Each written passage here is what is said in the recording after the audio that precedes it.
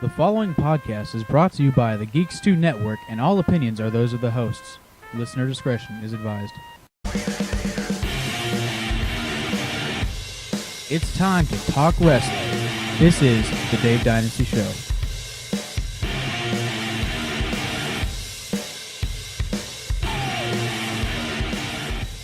And welcome to the Dave Dynasty Show. I am your host, Dave Dynasty. Unfortunately joined with Ike Isaacs. Yeah, Ike the Idiot Isaacs. That's me. My producer who likes to play with knobs. Knobs. Particularly his. Okay. Greased up doorknobs. I'm confused here. That you didn't come off good sounding that. Greased up doorknobs? Yeah, okay. And I don't They don't call you the pint-sized beast for nothing. And I think that's my new punk band's name. The Greased Up Doorknobs. Yeah, okay. Yeah. Anyway, Ike, we're at episode 2. Dose. We are now a totally unreconcilable toddler. Unreconcilable toddler. Which you have been for 21 years. Ouch. So here we are anyway. Episode 2 of the Dave Dynasty Show. And this will be our first episode with an interview. Yes. We have an interview that I did with Anthony Toatele, the Flowin Samoan, one of the brightest young stars in the Midwest. Here in a little bit in the show, you will hear my interview with him. But we are going to begin with some headlines from the wrestling news, in that we are going to briefly get out our thoughts and opinions and discuss. So, Ike, what do we got? So for our first topic of discussion, Brock Lesnar and Goldberg. The likelihood of it being a thing. I think the likelihood's very good. Bill Goldberg has said he wants his son to see him wrestle live. Bill Goldberg has said that him and the WWE are on pretty good terms. Obviously, he's in the 2K17 game, so they're obviously, somewhere on somewhat good terms. Brock, here's the deal. The WWE, in my opinion, needs this match. Because the WWE needs believable opponents for Brock Lesnar. They've built Brock Lesnar into this machine and this badass, and everybody accepts that. Everybody buys it. But they need credible opponents. Let's be honest. Most of the guys, as hard as they try to get like a Randy Orton over and whatever else, no offense to these guys, they just don't seem on Brock's level. Now, Bill Goldberg does, in my ass, he seems like another badass. Now, granted, he's pushing 50. Yeah. But he's still in great shape. And the dude doesn't take anything lightly. He doesn't do anything half speed. He has said, if it ever happens, I got to have time to train. I got to get time to get my head on straight. And I got to get time to get back to that. He's not going to do it without being the man again. Yeah. So, I think it's a big money match. We've seen it before in the past, but it's different now. And I think it would be good for WWE because a lot of their pay-per-views lack those big card matches. They just don't feel big. And the rumor is it's going to happen at Survivor Series. I don't know if it'll happen that quick. Who knows? Yeah. Good old JR, Jim Ross seems to think it is, but I would say he knows people. Yeah. He's been around a day or two. So a day or two. That's wasn't he around like during the NWA WCW era? He was the voice of that. Yeah, so era. he was like the main commentator, wasn't he? The World Championships, yes. But so I think it's a good likelihood it happens. I hope it happens. It'll be fun. It'll be cool. And imagine the pop that happens whenever we first see Goldberg back on WWE television. Yeah. Well, you're gonna mark out for it because he is what he is. Whether you like him or you don't like him or whatever else, it's a cool moment. So. I think they're basically the same person. They have a similar style. Yeah. No disrespect to Goldberg, he's not a Brock Lesnar. No. And I only mean that because, Goldberg wasn't necessarily a wrestling fan. Mm-hmm. He kind of got into it for the money reasons and whatever else.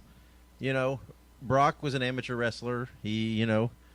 So he's got a little more background history, a little more natural feel for the business. That's no slide on Goldberg. It is two different approaches to the business, but let's be honest. Brock's on a level of his own. Yeah. I mean, he's proven himself. You know, he went to UFC, he won the title. He went to football, and while he didn't make an NFL roster, he made a good showing of himself overall. You know, it wasn't bad. You know, he's one of those. You know, he's believable. He's one of those guys that you look at him and you think the stuff he does in the ring. You think, yeah, you know, he'd kick my ass in the alley. And you know, he would murder you in an alley. Speaking of Brock Lesnar, you remember Mark Merrow, the Wild Man, Mark Merrow, also known as Johnny B. Bad in WCW. Yeah. He used to be married to Sable, and now Sable is married to Brock Lesnar. Really, Sable, Brock Lesnar are married? I didn't know that for a long time. Anyway, so Sable left Mark Merrow for Lesnar. There was a little overlap there. Whatever. So Mark Merrow was on, I don't know whose podcast. Somebody's. I want to say it was Jim Ross's podcast. I believe it was Jim Ross's podcast. And the topic came up, and here Mark Merrow told the story that they weren't on good terms. They were already on the outs. It was pretty much a given that Merrow and Sable were going to divorce. They were already having troubles. But they were technically still married, and Merrow pretty much found out that, yeah, Sable's having an affair. You know, she's seeing somebody else. He didn't put it that way. He said seeing somebody else. And so, of course, Merrow was all pissed off, right? He was all, oh, my God, oh, my God, oh, my God. And when he ended up finding out that guy, that his wife was having an affair with Brock Lesnar, as he put it, he said, you know what? I very quickly discovered a whole new meaning of the word forgiveness. And he's all good. So there's a lot of self-preservation that goes into that, I think. Yeah, and it's in a good place. Mark Merrill's in a good place. Sable's doing all right, living in the Minnesota woods with the Brock Lesnar off on their own. Apparently they get along okay now.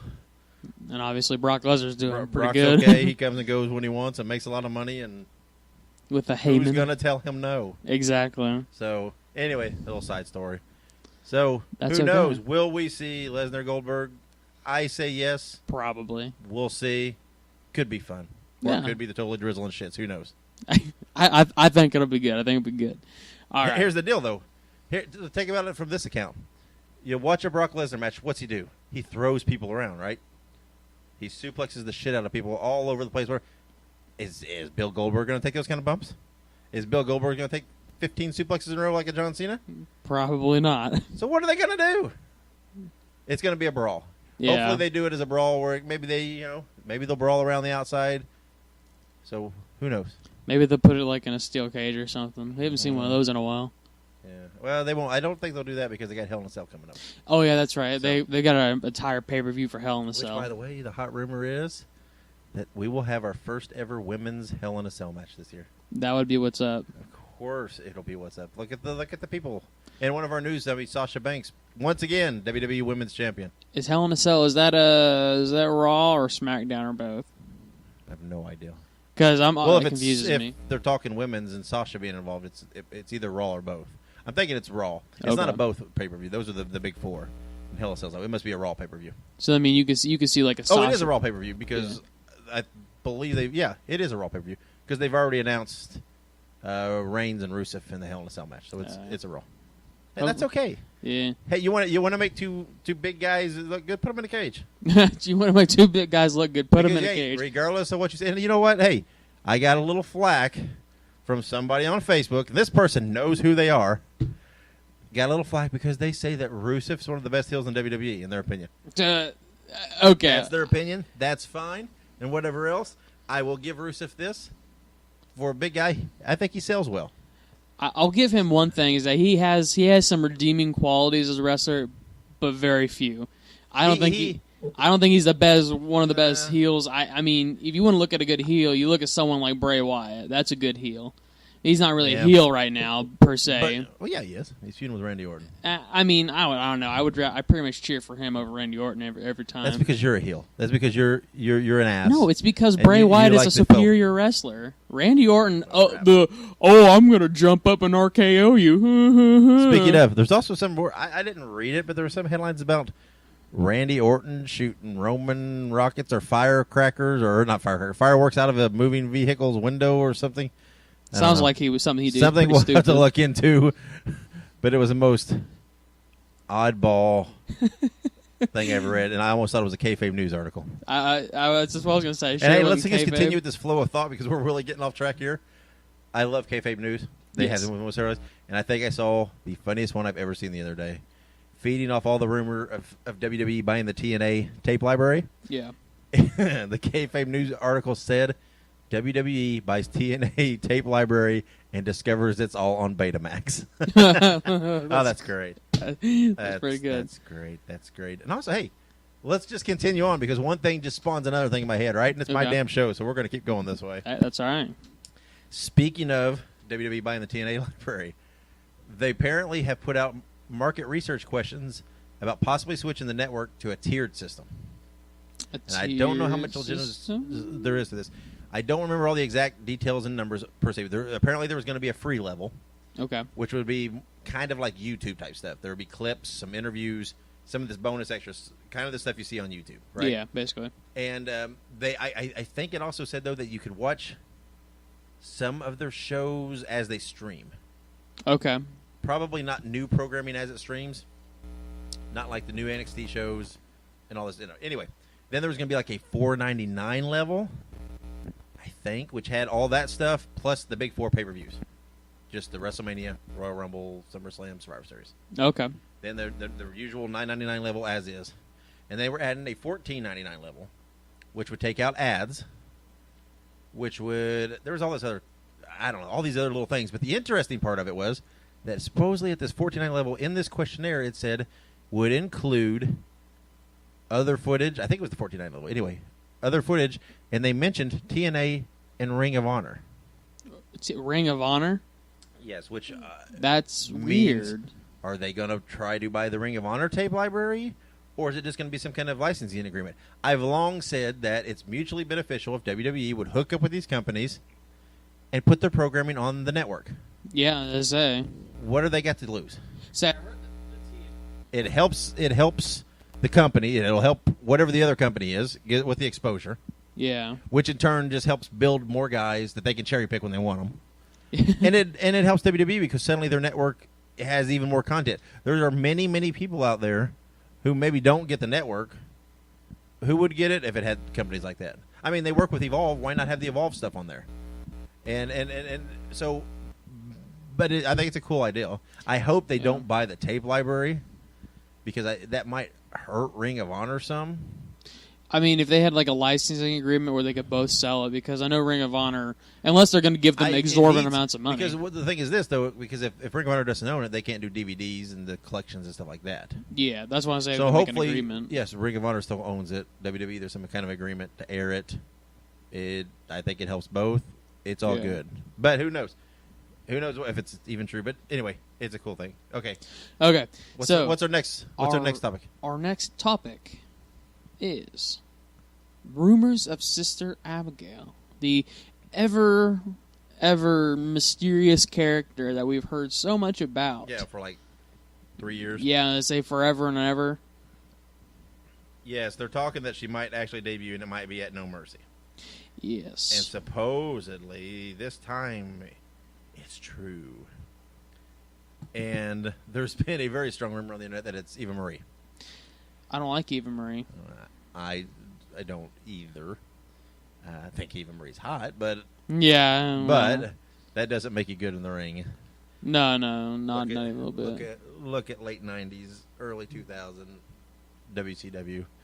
They had some horrible women stuff. But anyway, first of all, yes, I hope we have a Sister Abigail. I hope they bring it in. I think it'd be great. It'd be a new thing. It'd be a new element to Bray Wyatt. So, yes, I hope there is a Sister Abigail that finally debuts. My only thing is that I hope it's not Eva Marie. Yes, me too. But I will tell you this. On an interesting point in relation to Eva Marie, she has, her whole gimmick has been this all red everything with the red hair and everything else. Yeah. She has put out pictures on social media that her hair is now black. If she changes her appearance, and I think if she changed her moveset, because I think she'd almost have to develop a moveset to change it. Yeah, exactly. Yeah, well, you got that right. But it'd be okay because, listen, she probably would not be, for a while at least, a really full-time wrestler. Yeah. She's going to more accompany Bray, probably, occasionally wrestle. So, okay, maybe it's a good thing. You know what I think would be cool? What? Is if what they did was if it was Eva Marie, and then she would develop like a kind of a Undertaker Kane-ish kind of look, like a more mysterious, mythical kind of creature. And if she starts accompanying Bray, they should have a mixed gender match, Bray Wyatt and her, with Randy Orton and, I don't know, someone who's good. But I don't know, how are they going to explain Eva Marie with Bray Wyatt? How are they going to Probably explain like she was sleeping dormant or something, and Eva Marie was just like something that sat on the surface. So weird. It's so 80s Kevin Sullivan-ish. Yeah, I was gonna say. I watch a lot of like comic book movies and stuff like that. So like this is kind of pretty typical for comic books. Like, oh, you had this sleeping demon inside of you. Maybe it will work. Maybe. Maybe Bray can get it over, help out. Who knows? I love Bray Wyatt. Yeah, you already said that. He's awesome. Oh, yeah, okay. Let's move to the next point. Anyways, adios mio. Del Rio got stabbed or slashed. Allegedly. Yeah, there's because here's the deal. 2 weeks in a row, we're talking about Alberto Del Rio. Hey, he's a good wrestler. I like Alberto Rio. Excuse me, Alberto El Patron. Oh yeah, that's right. Del Rio is WWE franchise trademark. Right. So Alberto. We'll just go with Alberto. Alberto Canada. No showed. That's Alberta. I know. Alberto no showed the AAA show in Mexico. Big show. He was supposed to be a part of it. His return. Yeah. No showed it. Which AAA kind of went online and kind of bashed him for it, saying he let down the people of Mexico that had supported him his whole career. I got you. Like next day, I believe, they hear from him, and there's this report coming out that Del Rio didn't make it because he couldn't make his plane because he had dinner and coming out of a restaurant had a vehicular incident that led to him kind of getting stabbed, cut something. And in the process, Paige got shoved to the ground. Alberto went to check on Paige. That's when the person got away. I got you. He even put up pictures of a cut on his head and whatever else. I don't know. Alberto claims that, he had to wait because the police was called, there was a report filed, etc., etc. Some people online have contacted the San Antonio police, and they say there was no incident that night that they know of. Okay. So now, unless it was, there's obviously district police type things, different areas. It's a big area, right? Big town. Yeah. So it could have been somewhere else. I'm not saying he made it up or he lied. I don't know. He's got a cut on his head from this picture, if it's a new picture. Who knows? I don't know. I do know he did go to England to do some shows because Paige was online lamenting that her man was gone and how sad she was. And man, she's like head over heels with this guy. And now, granted, Alberto's a pretty good-looking dude, but yeah, it's kind of a weird couple though if you think about it. Like she's super pale and stuff, and I don't know. It seems like kind of like a. There's also a very large age difference. So yeah, isn't he like 40 something like that? Yeah, 40 something. He says he's only going to wrestle for 2 more years. Really? Oh well, he's not that old, but he's opening a restaurant in San Antonio. It's kind of like the guy from the other Mexican restaurant. We watched that documentary about him, and he wrestled for a while. I think it was like Shocker. Shocker? Yeah, he opened his own Mexican restaurant. Well, lots of people do lots of things, but yeah. Well, who opened the Squared Circle? Who's that? Victoria? Yeah, that sounds right. Victoria, maybe. I'm not 100% sure. Yeah. So it seems pretty popular when people retire from wrestling. She opened it because she married a chef guy. Oh, okay. I believe it. Shocker. Yeah, Shocker. See, I love when we talk Lucha Libre. Yeah, so that just popped in my head. I'm like, Shocker still wrestles. Some. Yeah. And he also does commentary for Lucha Elite, Aztec Elite, and things like that. So, but yeah, you got to think, because when you get up there in age, you got to think, okay, so where's money going to come from after this? What can I do? And if you're a personality, then you do something like that. You open a restaurant. You open a restaurant, put your name on it. Work for Rocky Balboa. Yeah, in the movies. Well, I mean, that's not real. When he opened Adrian's. Okay, so is that the end of our news discussion? It certainly is. We went in with 3 topics, and it rattled off into like 50, but that's okay, right? Yeah. Because, again, it is my show. I'll do whatever I want. That's kind of the purpose of podcasts. You just kind of flow with it, man. It is. Got to get it going. It's a conversation. Unfortunately, my conversation partner's you, but hey, these people need some intelligence. These people need that. That's right. That's why my name's on the show. Hey, just because your name's on the show doesn't mean you're the star. It certainly does. I mean, if you look at what's the Family Matters, who is the star of Family Matters? Urkel. That's a good comparison. You and Urkel. We're going to take a break on that note. And when we come back, we will have my interview with Anthony Toatele. Stick around. Visit LuchaMaskUSA.com for official high-quality Lucha masks and merchandise, straight from the luchadors themselves. They have a huge and always growing inventory, so check back often.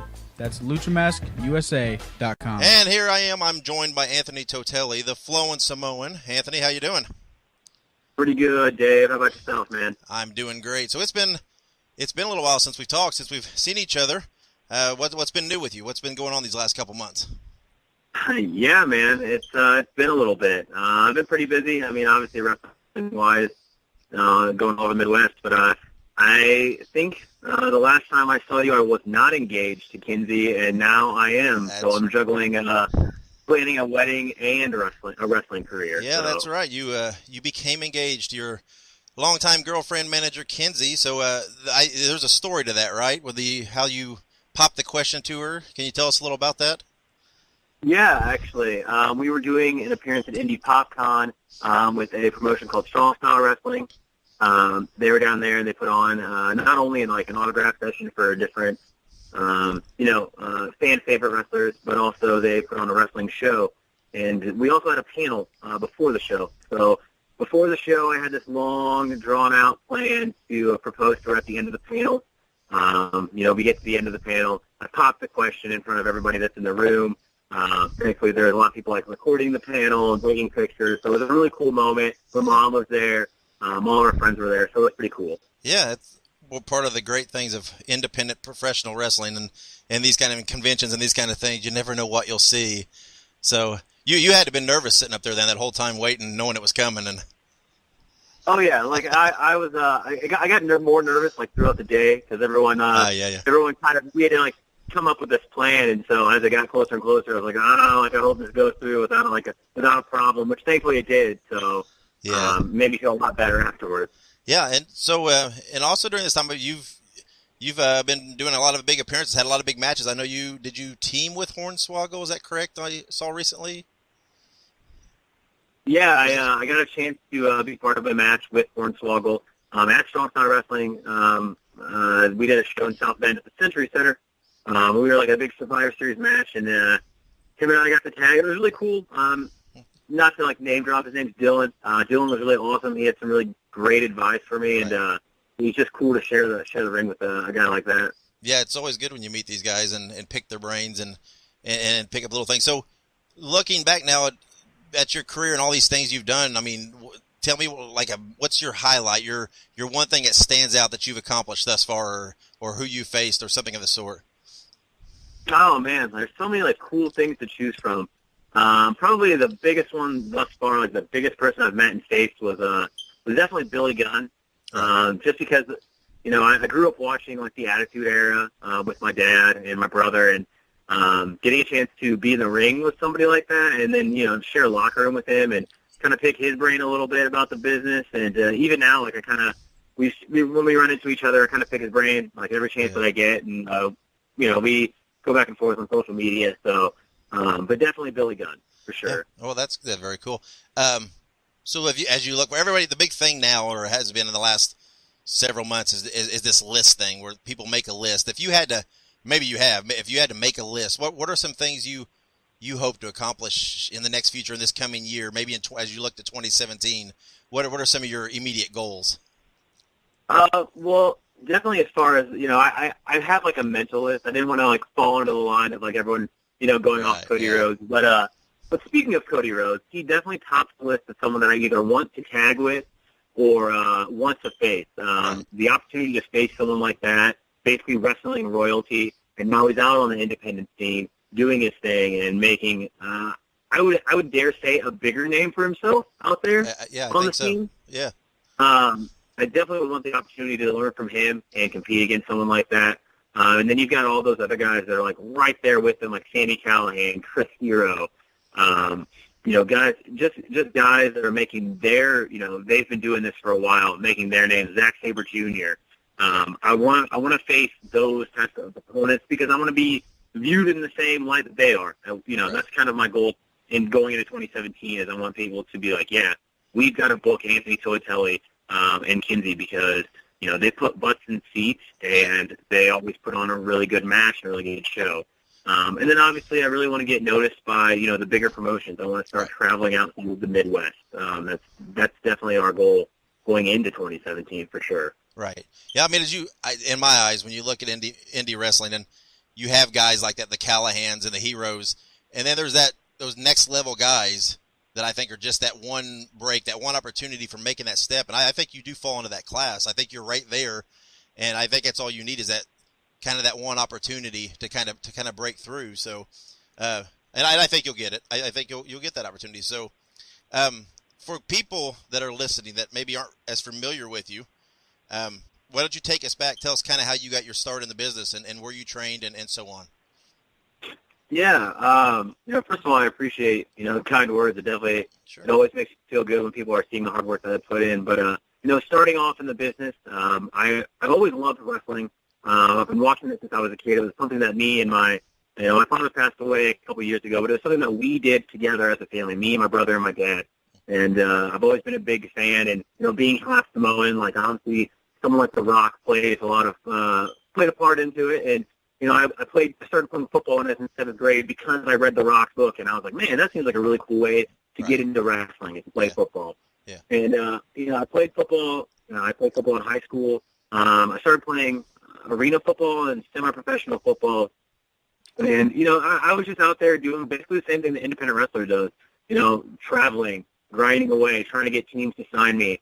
And eventually, after 4 or 5 years, like you just kind of get burnt out on doing that. And, I wanted a reason to stay active and stay in the gym and something to be competitive at. And so me and my buddy one day, we just kind of Googled, I was like, man, how cool would it be if we just got into wrestling? I was like, we watch wrestling together, and, I think that I'm athletic enough to do it. Right. And so we just started, Googling what schools are in the area, in the Fort Wayne area, and, we found Jason Maples has a school here called Body Slam University, and, we visited, and it's not glorious by any means, but I think that's kind of like the charm about it. Is it's a warehouse, we're ringing it, and he kind of gave us the spiel about what it was going to take to be in there, and he has the greatest trainer ever in Steve Wilson, aka Congo Kong. Right. And I just took to it, and 6 months later after training, I got the go ahead to have my first match, and I've been in love with it ever since. Right. And you talked about watching it as a kid. Who was the guy or guys as you watched as a kid that really hooked you and really made it click that, hey, that's what I want to do? Well, obviously, like I said, The Rock was the first thing that I gravitated to, just based upon similar backgrounds, and everyone kind of knows, everyone's family coming from the island of Samoa kind of knows the other families there. So I've been told that our families know each other. I've never got opportunity to meet them. But then, as I got older, I started to appreciate, Shawn Michaels had come back, from his break with his back injury, and he just started making his comeback, and I was still watching it, and I was very this is the guy, you know what I'm saying? Because I was too young to really appreciate him back in the Attitude Era, pre-Attitude Era, but then when he came back, that was the guy, you know what I'm saying? Feeling the show, and that's kind of, it's that's where you've got to be. You've got to be at the Shawn Michaels level of talent and skill, and so, Shawn Michaels, The Rock, Triple H, Stone Cold, all those guys in the Attitude Era, WCW, my brother was a huge Sting fan.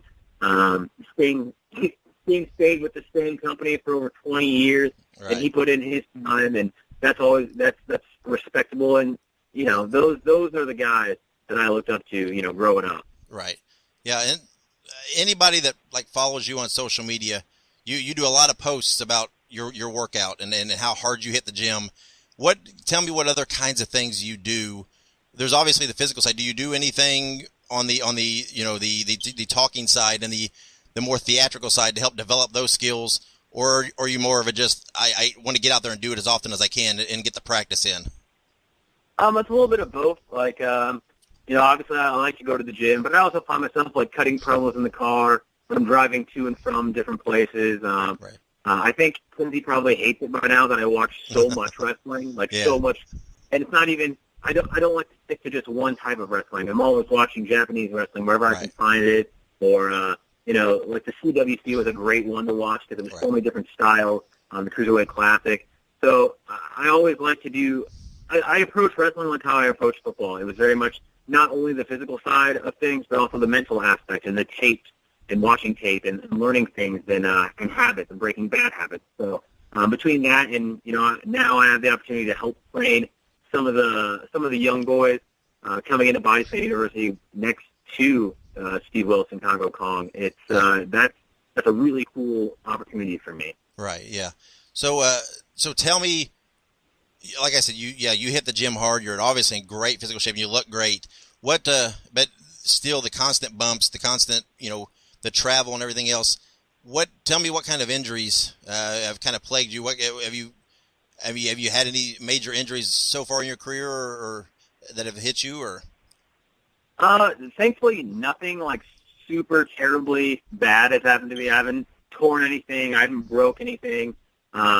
Which I think a lot of that, comes from my ability to prepare my body physically, like in the gym, and just little tools of the trade that I've learned through football and using them towards wrestling, like getting my body ready. Right.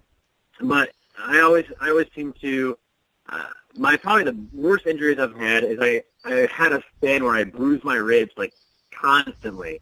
So it was always a pain to like run or like work out or breathe. Yeah, right. I cracked my ribs. I've cracked my ribs once, bruised them pretty badly twice. Yeah. So I haven't had any problems with that in the past year, knock on wood. So. Yeah. I was in a car accident once, and they took me to the hospital and all that, and they said, "Oh, you didn't break anything. You just bruised ribs. You'll be okay." And yeah, when the pain hit me, after the pain stuff that they gave me wore off, I was like, "Gosh, I can't imagine it being worse than this." Yeah, it was a solid 2 to 3 week time period where I couldn't do anything, and I had to take it easy, and that's one of the things that drives me crazy, taking it easy. So. Yeah. So I know the majority of the time it's you and Kinsey on the road. Is there anybody else that you ride with and you travel with ever, or is it typically just you and Kinsey making the shows? Normally, I spend a lot of time. Funny, I spend a lot of time traveling with Alexander F. Kirk. We train at the same school. He's actually a great wrestler. I can't speak any more highly of him because he's done such a good job of improving and improving everything. I mean, from the wrestling game to the character game, everything. So we ride around with him. He's currently dating someone that just started in the business, and she just had her first match yesterday. Oh, cool. So she travels with us. We get a lot of the green guys and the young boys to travel with us from Body Slam sometimes. And then, the occasional time when Congo Kong's not doing his massive worldwide tours, we travel with him too sometimes. Yeah. So do you have any hilarious Congo road stories? Any funny tales that you could share that wouldn't completely? I don't know how he is embarrassed wise, but we don't want to completely embarrass him. But anything funny that you've experienced on the road with him or somebody else that maybe you could share or? Well, he actually makes gear as well. Right. Yeah. And he has this ongoing rib that he plays on people all the time. So like I said, yesterday we had a girl, her name is Delaney. Mm-hmm. She just wrestled her first match, but she had gear made by Steve, and he has this ongoing rib where he always tells this new person that he forgot their gear. Oh. And it has been going on for a solid 3 years. Oh, and it always freaks everybody out. It freaked me out when it happened to me. He was like, "Oh, I forgot your gear." And I was like, "Dude, I brought basketball shorts and a t-shirt. I can't wrestle in that. Yeah. I'm gonna look ridiculous." Yeah. But that's probably the worst one that I the most embarrassing, because you're just spending he goes the entire day. You can message him, he won't reply. When he does reply, he's like, "Oh, it's just too late. He'll be all right. Look, just wrestle whatever you got on." And you're just freaking out the entire time until he shows up, and he's like, "Oh, yeah, here you go." Yeah. And so we're just like, "Oh, my gosh." It's terrible. It is awful. So we talked a little about PopCon earlier and the engagement and stuff, but also at PopCon when you appeared for Strong Style there, you and Kinsey did the Joker and Harley Quinn thing with the makeup and everything. Tell me what that was like. That had to be pretty cool, kind of a cool thing to do, especially in that setting. Actually, yeah, it was Ricky Ruckus Ray Productions. Uh-huh. They came out and helped us out. I came to him with this idea of doing something special because we were in that, that indie PopCon is very much like a comic book movie, anything pop culture oriented is kind of what it focuses on. And so Right. I was like, I want to do something special. And people dress up there. People dress up, they cosplay, which is I always think is really awesome how creative everybody is because, number one, I'm not very creative. And number two, like the amount of time that they spend on it is ridiculous. Yeah. And so just getting the ability to do that. And I kind of think it's funny now, like we're close to Halloween and everyone's like, talking about how many Jokers will be out there and how many Right, Harley yeah, Quinns. yeah. Like, yeah. And Alexa Bliss actually does something like similar now to a Harley Quinn sort of gimmick, at least with like her gear. And I told Kinsey the first time I saw it on the network, on WWE. I said, hey, remember when we did this first? Like, Yeah. yeah. You're I right. think it's really interesting. Yeah, I thought that too when I saw it. Yeah. Yeah. But so- it was very fun. It was very fun. I think it got the reaction that everyone that we wanted, and I think the crowd really appreciated it. I still get messages, and I still get fans that come up to me and be like, "Dude, that was so cool. The Joker Harley Quinn thing that you did down at Indie PopCon." And here we are, like 4 or 5 months later, and I'm like, "Hey, thanks." Like that's why we did it. Yeah, that's cool. So you said you're not very creative. So what does Anthony Toatele do away when he's not wrestling and not in the gym? What else? What do you do to decompress? What's your thing on the side? Honestly, my thing on the side, man, like I don't know how many people like know this, but I actually have a 7-year-old daughter, and so I spend a lot of time with her when I'm away from wrestling, just because being a dad really helps me, like you said, decompress and like really like get to find out and do a little soul searching, and you get to see like, oh, what's really important. So Right. I just spend a lot of time doing normal everyday dad stuff, like going to school functions and doing homework and coloring and playing. So it sounds like I'm sure like there are people out there that are going to be fans like, man, that doesn't seem very Anthony Toatele like. And those are the times that really put me on the right path. But I'm kind of feeling like, why am I doing everything? Why am I working so hard? Yeah. And that's the reason. Right. Has she seen Dad wrestle yet, or? She has. She has seen Dad wrestle. She's very much like on the fence about it. Yeah. So sometimes she's really interested. Sometimes she's not, because she's very much a dainty little princess type of girl. Yeah. But she definitely is more interested in what happens to Kinsey when we wrestle than what happens today. Yeah. So, Right. Well, that's very cool. So what shows you got coming up here in the next week or two? What shows you want to plug, where you'll be, and where they can see you? Oh man, we are busy. We've actually got 3 shows in 2 weekends. This coming weekend on Saturday, we're at SWS Funkamania, which is in Warsaw, Indiana, on the 15th. I'm facing a Mark Vandy. And then the following day, on Sunday, I'm actually in Indianapolis at NWA Circle City Wrestling, taking on Joseph Schwartz for the NWA Circle City Wrestling United States Championship. And then the following Saturday, on the 22nd, I'm booked here in Fort Wayne at Heroes and Legends Wrestling at the Fort Wayne War Memorial Coliseum. So these are 3 pretty big shows. I feel like hopefully I can get in there and kind of steal the show and showcase myself in front of everybody. Do you know who you're working at the Heroes and Legends yet? I believe I'm in a 6-man tag match. It's me and I believe my partner is unannounced yet. Okay. But facing legendary Alexander S. Kirk and Matt O'Hare against Tracy Smothers and Ricky Morton, I believe. Oh, Ricky Morton. There's a guy. That guy's always been able to go, even at his age. I saw some video of him. He could still go, and man, that's a guy to pick the brain right there. Him and Tracy Smothers, they both were really, really cool when I first met them. I believe the last time at Heroes and Legends, and I'm looking forward to it. Yeah, it's going to be a great time. Yeah. So where can everybody find you on social media if they want to check you out, follow you, keep up to date on you? Where can they find you? Yeah, I'm basically all over social media. On Facebook, Anthony Toatele, obviously. On Twitter, at Anthony Toatele 1, all one word. And then on Instagram as well, at Anthony Toatele 1. Hopefully fans that are listening will run over to our ProWrestlingTees.com store and buy our new T-shirt. Right. We will have new designs coming out. Shout out to Dean Jackson and Kayfabe Designs for always being there to help me design new gear, help me design new T-shirts. Those guys are awesome. So do us a favor and go grab go grab a T-shirt. That's definitely going to go towards the wedding fund. That's right. That's the best way to support all you guys out there working it, is to go buy a shirt and come see you and everything else. That's the best way to make it worth your while and show that they appreciate you. So, hey, well, thanks for joining me, Anthony. Thanks. You're the first guy on the Dave Dynasty show as a guest. So, very cool. So when you do hit it big and take that next level, I can always say that, hey, I had you on when, before you were there. So, but hey, man, that's the plan, and I definitely appreciate you having me on. Yeah, no problem. Hey, thank you, Anthony. We'll talk to you soon. Everybody get out there, follow Anthony on social media, check him out at the shows, go and buy a shirt. Man, he's got a wedding to pay for. Help him out. So, all right, Anthony, we'll talk to you later, man. All right, thanks, Dave. All right, thanks. See you.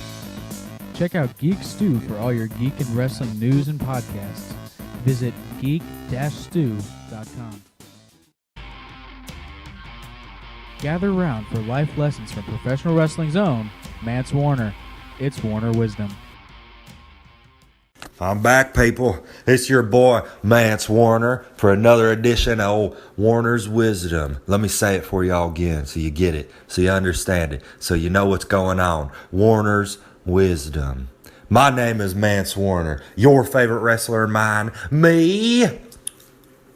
I go by a lot of nicknames. King of Big Dog Style. Check. That means when I say check, there's a check in the mail coming to me at my house, my residence, or one of my rats' houses where I'm staying at because I got kicked out of my residence. As I was saying,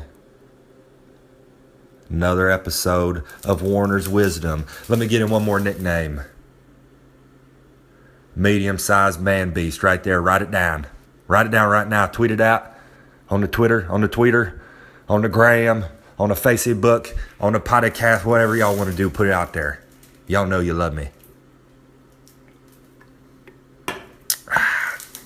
Delicious. Drinking another great light beer. And as I was saying in this episode right here on this podcast, this is episode 2. I'm going to give y'all a little advice on the party scene. Not just in professional wrestling, but all over the world, man. Here's the thing. There's a lot of people out there doing stuff they shouldn't be doing. I'm talking about goodies in your fanny pack, in your pocket, in your nose, wherever it may be, man. Here's the thing. A lot of people doing stuff they shouldn't be doing. A lot of people not being safe out there. Now, here's my take on it. You only live once, man. Do everything you could do right now. Do it all. Enjoy it. Ride the roller coaster, brother and sister. This is life. To an extent, I'm not saying go out there jamming stuff in your vein or nothing like that. I'm talking about goodies. Take some goodies. Have some light beer. Have a good time. Y'all people can be safe and have a good time. Now, this is from your favorite wrestler and mine, me.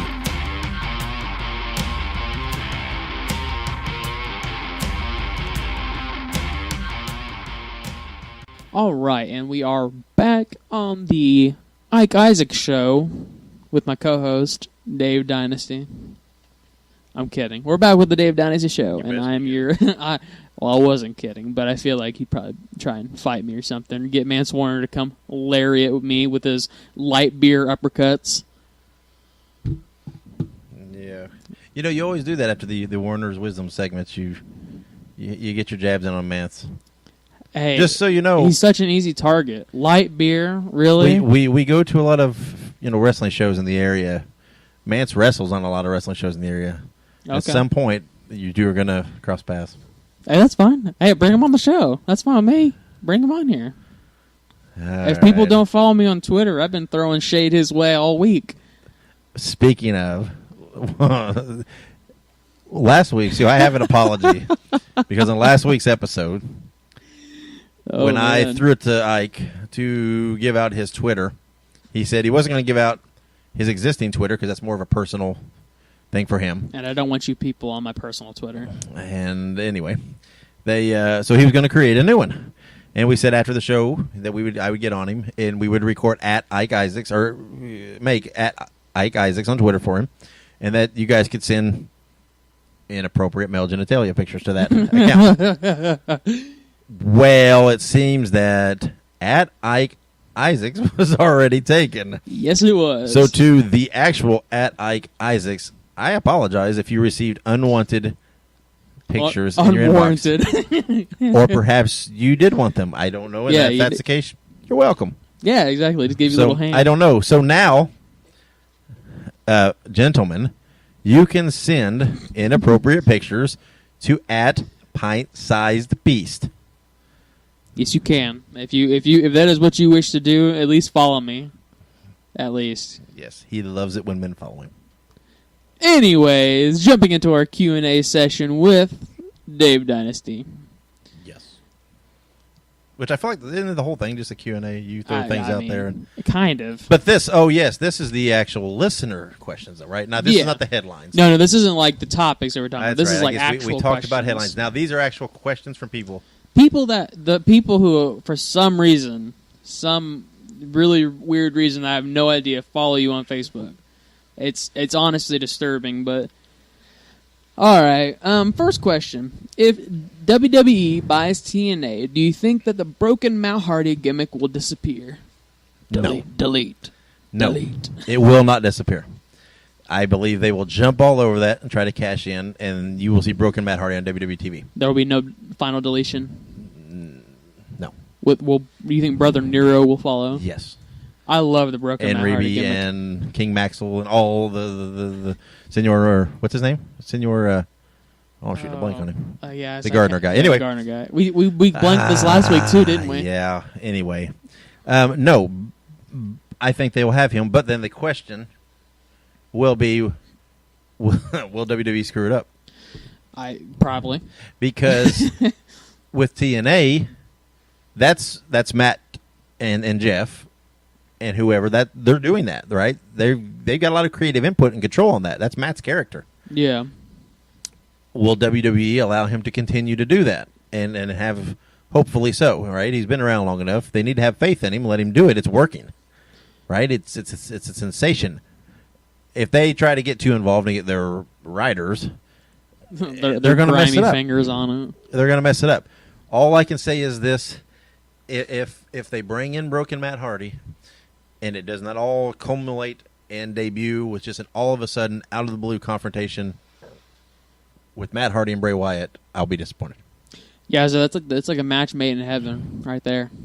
That will be great. But yeah, I don't think it'll disappear. I think they'll use it. I hope they use it. I love the broken Matt Hardy stuff. It's entertaining. WWE needs to be needs some entertainment. They're, some of their stuff's kind of stale right now, and that's the bad thing. I love the talent, but some of their stuff's just kind of falling flat. So, no, I think if they buy it out, but the thing is this: I don't think, with all these rumors going around, I don't think that WWE is buying TNA as a whole. The big rumor is they're buying the video library. Billy Corgan's buying the company and rebranding it pretty much as a new promotion moving on, that is all win-win for everybody. Yeah. Because then TNA, the stuff's out there, it's on the network, we all get to watch it. The Impact Wrestling name is soiled right now, so they get a new name and get to move on, and hopefully a good product. We got two companies still. It'll all work. It'll all be great. But I don't think Vince and the WWE are interested in the company as a whole or any of the contracts necessarily. They have expressed interest in the Hardys when their contract expires, but I don't think if they do any purchasing right now, it will not include contracts or company. It'll just be the video library. Yeah, I agree. I think that's. I thought we talked about a little bit last week too. That was like the Phoenix Rising or the Titanic sinking. Yes, but I think it's going to end up being a good situation. I hope so. I think it is the best case scenario for all involved. Imagine if they buy that videotape library, like the maybe even in a couple years or whatever. Imagine the set or collection they can put out and put on the network or on DVD or whatever, like an AJ Styles collection. Yeah, it was AJ Styles, Christopher Daniels, all that TNA stuff. Then his WWE work, man, that'd be great. They could put a heck of a collection out there. Oh, I was going to say, I mean, you were talking about how you hope they could let Matt Hardy kind of do his own thing with the broken Matt Hardy. I mean, when they brought AJ Styles into it, they kind of let AJ Styles do the the phenomenon, the phenomenal They do, AJ Styles, and hopefully they see how well that's gone over, and they start trusting these guys a little more. I mean, he's the WWE champion right now, isn't he? He is, yes. And then Universal champion is Kevin Owens. Yes. And then Shinsuke Nakamura is the NXT champion. Yes. It's like the takeover of the Indies. I told my Yes. friend that the other day. Sorry. Although, a tangent. yeah, I don't know if I put Shinsuke as an indie. I mean, he was in New Japan, but Yes, you have to understand, New Japan is a big company. well, yeah, Big company. But, it's not as big as WWE. well, nothing's as big as the WWE. There are brands in this world that everybody knows. There's McDonald's, there's Coca-Cola, there's Chevrolet or whatever, and WWE is pretty much one of those. Oh yeah. So, which is what I said last episode. People need to quit. You can't compete. Just play for number 2. That's okay. Go for number 2. Go That's all for right. silver. It's all you can do here. That's the only thing all your fans can do is just go for second place. Unless you also have a billionaire owner, it's just not going to work. How are you going to do it? Exactly. Vince McMahon, the McMahon family. And there are not very many billionaire wrestling fans out there. Because it's also been shown that, you have outside guys that get involved, like Ted Turner, they end up ruining it a little bit. Donald Trump. Donald Trump ruins everything. Have you seen those videos? Sorry, this is really random, but those videos of him getting like clotheslining or something. Vince McMahon. Yeah, from that one WrestleMania. Oh god, it's awful. Yeah, well. Anyways. We're not gonna unravel into a political tirade. Yeah, right. What is my next question? Your next question is Andrade Almas. Did I say that right? Mhm. Sweet. He turns heel. I don't know who that is personally though, so you might have to explain. That is La Sombra. La Sombra. From Mexico. And he's in NXT. Unfortunately, he's unmasked, but whatever. He's a phenomenal talent. He's great. He has not gotten over well so far, but they did. He came in. They gave him this goofy thing with this weird hat and suspenders, and it was kind of, yeah, it was kind of. But he has great matches, and he was in the Dusty Rhodes Classic. I think just this week, he was teaming with Cedric Alexander. Oh no, I did see that. Then I did. And he turned on Cedric afterwards, and at this point, it's the right move because he didn't get over. Yeah. And people were getting to the point where they're almost laughing at him, which is ridiculous. So you turn him heel, and that way if they're laughing, then he's getting heat. Exactly. And it works. And I am absolutely giddy with excitement to see him and Cedric Alexander one-on-one. That match will be phenomenal. Oh, so that tag team match, who are they facing? The Revival. Not a big fan of the Revival. Are you serious? Yeah. The Revival is one of the greatest things in wrestling today. They are beautiful. They are one of the greatest tag teams ever. Yeah, I mean, I've seen better. Enzo and Cass. Oh my god. That's like one of my few favorite face. It's not that I dislike Enzo and Cass per se, but the total package, in-ring, whatever else, the Revival is head and shoulders. If you say so. What would it be like if Enzo couldn't talk? I mean, he's a good wrestler. He is a good wrestler, but He's an okay wrestler. I don't know. Take away the talk, though. How much would you like him? Probably less, I guess, but still, that's not at all. You think, God, these guys are more. Okay, but And that's I'm the just thing. saying, no. Yeah. I'm not knocking because that's okay. People make careers out of talking. But total package, Enzo and Big Cass aren't there, and maybe they will. Yeah. It depends if they keep them together. They just need time. They're also very young. So are the Revival, but the Revival's phenomenal. You're wrong. Period. If you say so. I do say so. It's my show. Next question, jackass. Worst WCW gimmick ever. Oh my God, that's like saying which piece of shit stinks less. Oh my God. Okay. So, oh Lord. So let's say there's so many bad WCW. Okay, but I think I know which one I think is the worst. All right. But let's rattle off some of the bad ones. Right? There was Big Josh. He was a lumberjack. Okay. Just picture that. No offense. Just a lumberjack. No offense to Yukon Mike. Hi, Mike. But yeah. Hey, BAD. Those my boys. That's your boys. Dude, BAD is a I'm great not saying tag that, team. but that Yeah. sounded weird. Then there You were my boy, Blue. Then there was the Renegade. May he rest in peace, because he's no longer with us. But he was very simply the WCW couldn't get the Ultimate Warrior. So he was. They tried to create one. Did he die of a heart attack? No. I would say that would- believe he actually committed suicide. Really? No. Yeah. That's rough. So, God rest him, though. It was a horrible gimmick the guy was stuck with. Bad. Hey, but sometimes horrible gimmicks can produce good wrestlers, though. What about like the Well, ringmaster? A lot of times, good wrestlers can rise above, Yeah. but a bad gimmick will hold them back unless they can somehow break free from it. But then let's see what else was there. There was Oz. Do you remember Oz? Yeah, that was Kevin That Nash. was Kevin wasn't it? Nash. He was green. It was wow. It was a hot mess. We'll skip that. Then there was A hot mess. Then there was Glacier. Glacier. I don't know who That was is. their attempt to feed off the Mortal Kombat. He was like, Oh, Sub-Zero. yeah, it was. They hyped it for so long that Glacier's coming, and he came, and it was like, okay. But anyway, and then there were the Ding Dongs. Remember have you ever seen the Ding Dongs? That masked duo that rang bells to the ring, and it was, I don't even know what it was supposed to be. No, I've It never was supposed to seen appeal that. to kids, but even kids thought it was ridiculous, I believe. It's like supposed to be like the Bushwhackers. What about the Bushwhackers? No, is that supposed to be like their equivalent to the WCW? It was even worse than the Bushwhackers. But you know what? I like the Bushwhackers, man. I thought they were Well, funny. here's the deal. On the Bushwhackers, right? Here's my 2 cents on the Bushwhackers. I hate the Bushwhackers in WWF. Yeah. They were for kids, and that's okay. Again, my motto is I don't have to love it. There's a market for it. That's okay. I like variety. Yeah, oh yeah. I may not like them, but you know what? Kids like them, whatever else.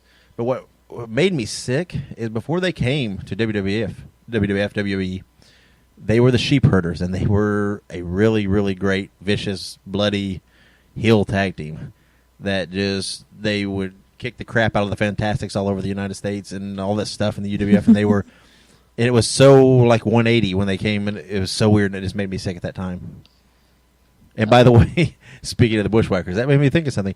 You know who Dalton Castle is, right, from Ring of Honor? Yeah. I think it was Dalton Castle. He tweeted this week, do the Bushwhackers just think that humans are ice cream? And that's why they lick them? Oh God.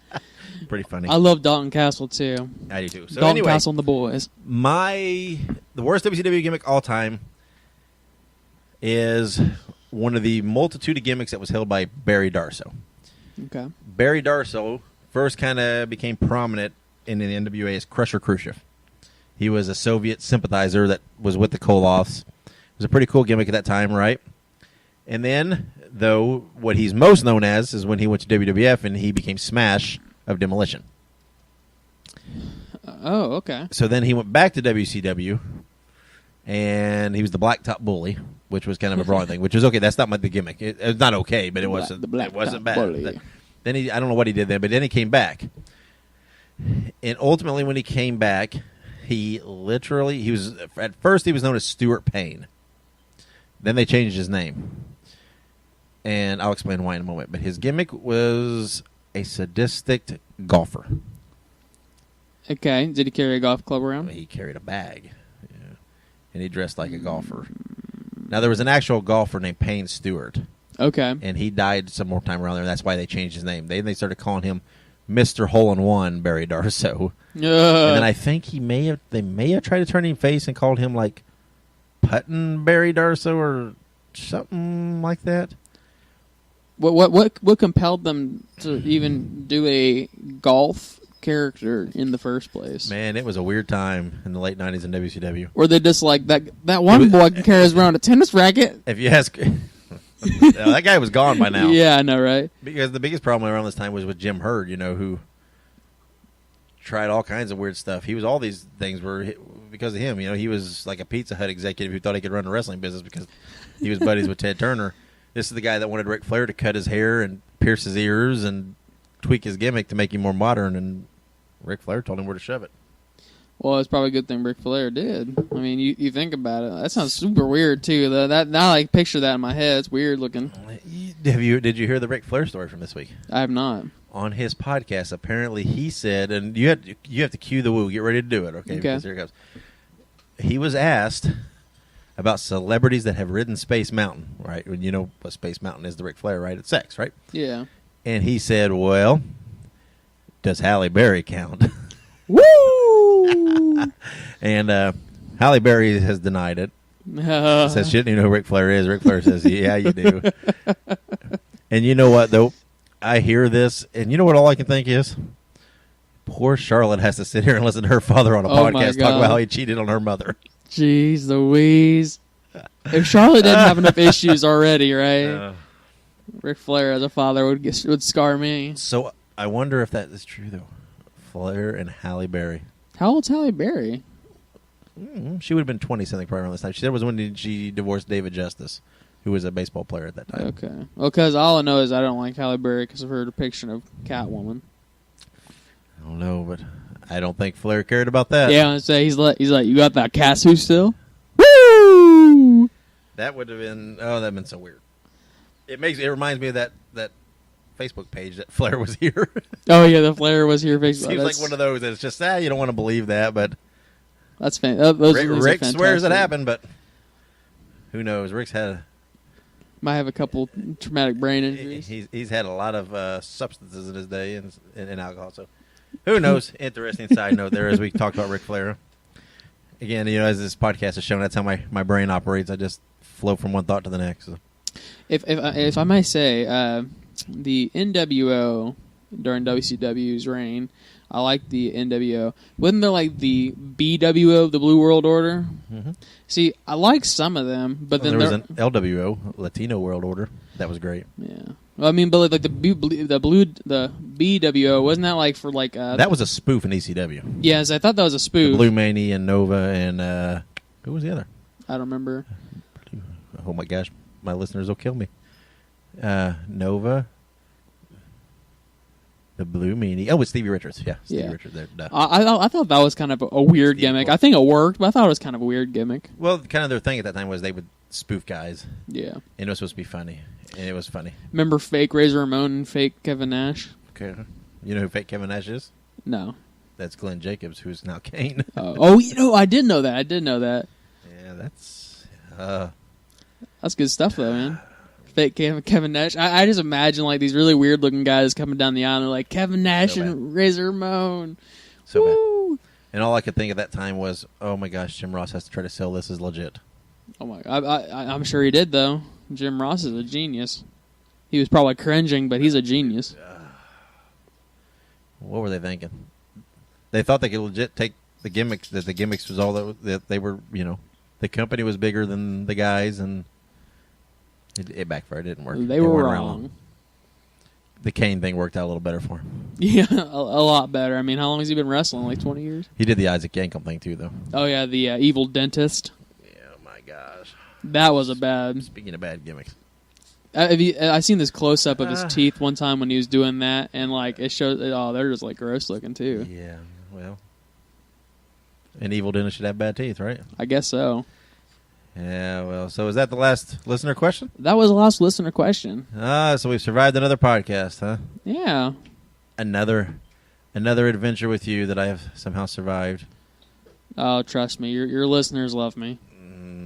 Yeah. They're very simple folks, so I just have to say big words, and they seem pretty impressed.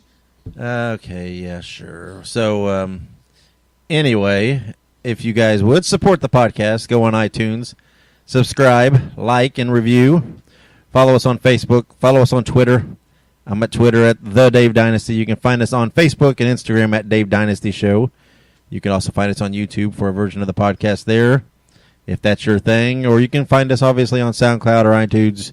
If you're listening, you found us somehow. But share it. Help spread it. I'm kind of surprised they found us. I mean... They're simple brains. I didn't know they could use Google. Yeah, okay. So, Ike, why don't you give your Twitter one more time? Pint-sized beast. At Pint-sized beast. At Pint-sized beast. Please tweet him and ask him why they call him the Pint-sized beast. If they listen to the first podcast, they'd know. Well, perhaps. Or are they too stupid to listen? I think there's more Freudian reasons for this. Freudian reasons? This isn't a psychology podcast. This is wrestling. Don't go too deep. No, this is the podcast that after sitting with you, it causes me to need therapy. I don't think anything Freudian's going to help you. It's just going to tell you like your mom or something. I don't remember. Okay. So that concludes episode 2 of the Dave Dynasty Show. We are going to go now before there is a live on-air strangling. Until next episode, I am Dave Dynasty. And I am Ike Isaacs. And we will see you next week. See ya.